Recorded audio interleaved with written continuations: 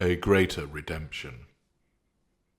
What you are about to hear next is something that would ordinarily be said by a greater narcissist, typically middle greater or upper greater.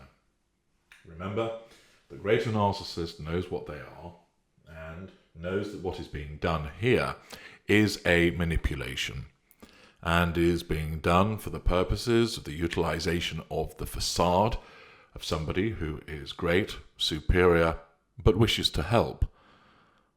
Notice the grandiosity with regard to salvation. A lower greater may do this, but they are less interested in salvation. But it would accord with the more fame-seeking and highly charismatic middle greater and the particular scheming upper greater. Not all middle greater and upper greater narcissists would behave this way. It would be those that hold positions, for instance, within the church, within organized religion, and would mete out such descriptions in this way as part of their grandiosity and their extensive reach. With some slight changes, it could be used also within a psychiatric setting, a medical setting also, where a middle greater or an upper greater exists.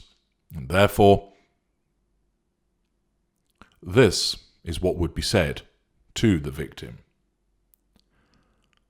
I will pray for you, because I know that you seek redemption at my loving hand.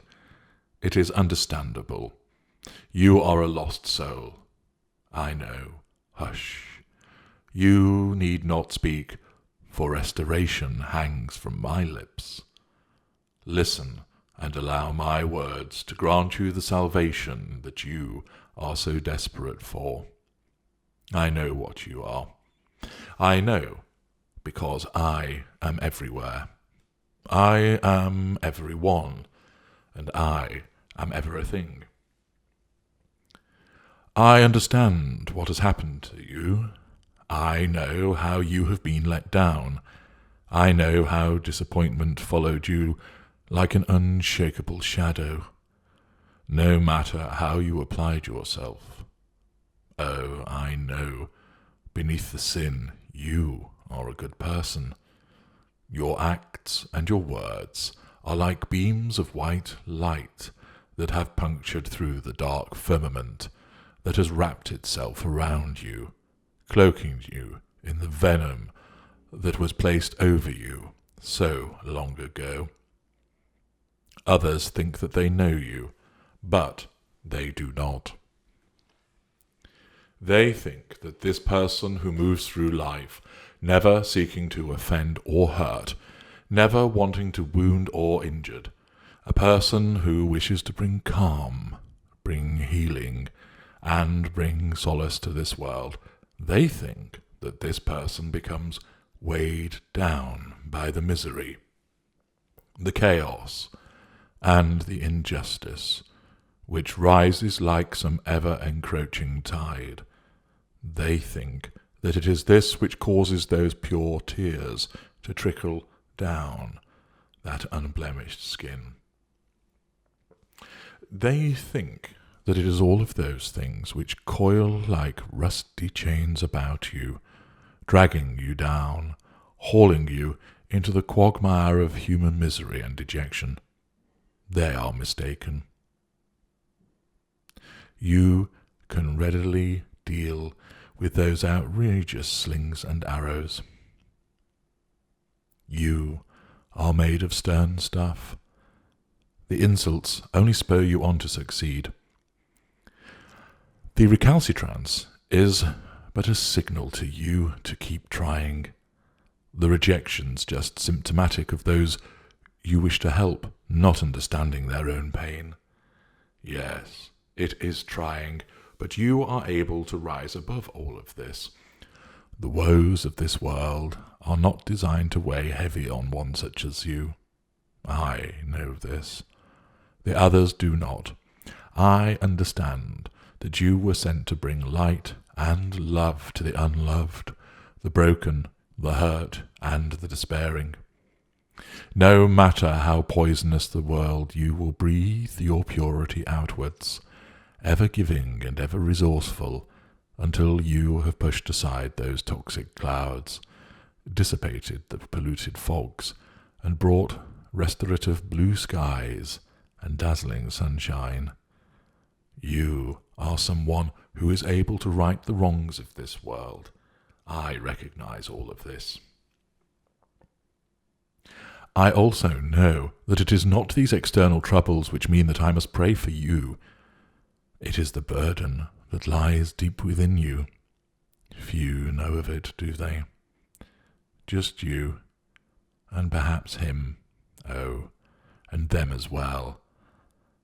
But they do not want to talk about it, do they? They did not do so back then. They did not listen, and you must be heard. Isn't that right? I listen to you. The difference is, though, I actually hear you. I hear that silent, tortured scream which emanates from you regularly, that howling wilderness that exists inside someone who appears to be so wholesome. The rest of them are too eager to avail themselves of your goodness, so that they fail to notice the wounds which are riddled throughout you. The weeping sores, the festering wounds, all caused by him so long ago. None of them recognize these things, but I do. I am trained to do so. I am attuned to scent your agony, which you mask so well. But it is that pain which acts like a siren's call to me, because I am the only one that can save you. Those fools that mill about you, all they wish to do is take from you. And you allow that to happen, because you regard that as your role. It is admirable in the extreme. The extent of your serenity, when they might sorely test you, is quite the thing to behold. Yet there is no solace for you, is there? Where is your tranquillity, your place of sanctuary? That has always been denied to you, has it not? Well, no longer, for I have been sent in order to redeem you. I am the bottomless receptacle into which you must pour yourself, alleviate yourself of the leaden weight of despair, and with such excellent proclamation, cast it into me. I shall absorb it all. Everything that has plagued you, everything that has pained you, everything that has seared through you with terrible agony can now be poured into me. I am your Saviour. All I ask is that you allow your every emotion to be exhibited and exposed, and in return I will be the one that finally cures you of those entrenched woes. Nobody understands what you have endured, but I do. I did not see what happened to you, but I do know what happened to you. It is etched across you in the way that you smile, the way that you move, the way that you love. Only I can recognize this, and in turn, that is why it is only me that can be your salvation. Nobody else can achieve that for you.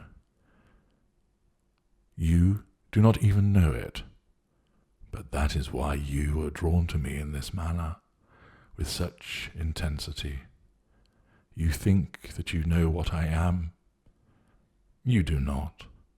You will come to think that you must repair me and make me good once again, but it is you that must be mended.